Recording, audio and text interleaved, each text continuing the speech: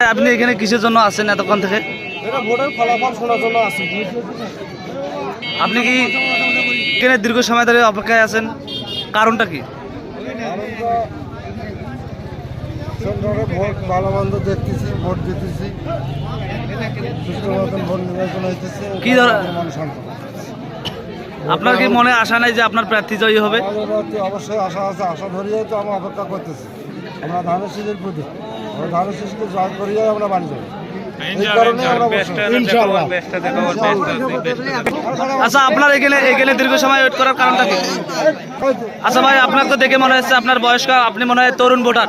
তো আপনি তরুণ ভোটার হিসেবে কাকে চাচ্ছেন? আমি তুহিন ভাইকে চাই। তুহিন ভাইয়ের মার্কার নাম কি? ধানের শীষ। তো আপনি এই যে দীর্ঘ সময় ধরে এখানে অপেক্ষায় আছেন, এর কারণটা কি? আমরা আছি, ভোট গণনা হবে ভাইয়া, আমি বুঝি নিয়ে চলে যাব। কি নিয়ে চলে যাবেন? গণনা করবে, নিয়ে বুঝি নিয়ে ভোট কায় হল না হল বুঝি নিয়ে চলে যাব। মানে ভোটের ফলাফলের আশায় আছেন, এই তো? আচ্ছা, আপনি এখানে আপনি দীর্ঘ সময় ধরে অপেক্ষা করতেছেন, তো আপনি পূর্বে কিসের সমর্থক ছিলেন? পূর্বে কোন দলের সমর্থক ছিলেন? এখন পর্যন্ত আপনি ধানের শীষেই আছেন, তাই তো?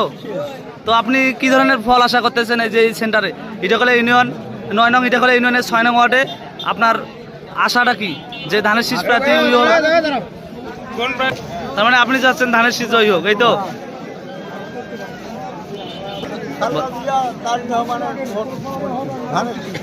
আচ্ছা, ঠিক আছে।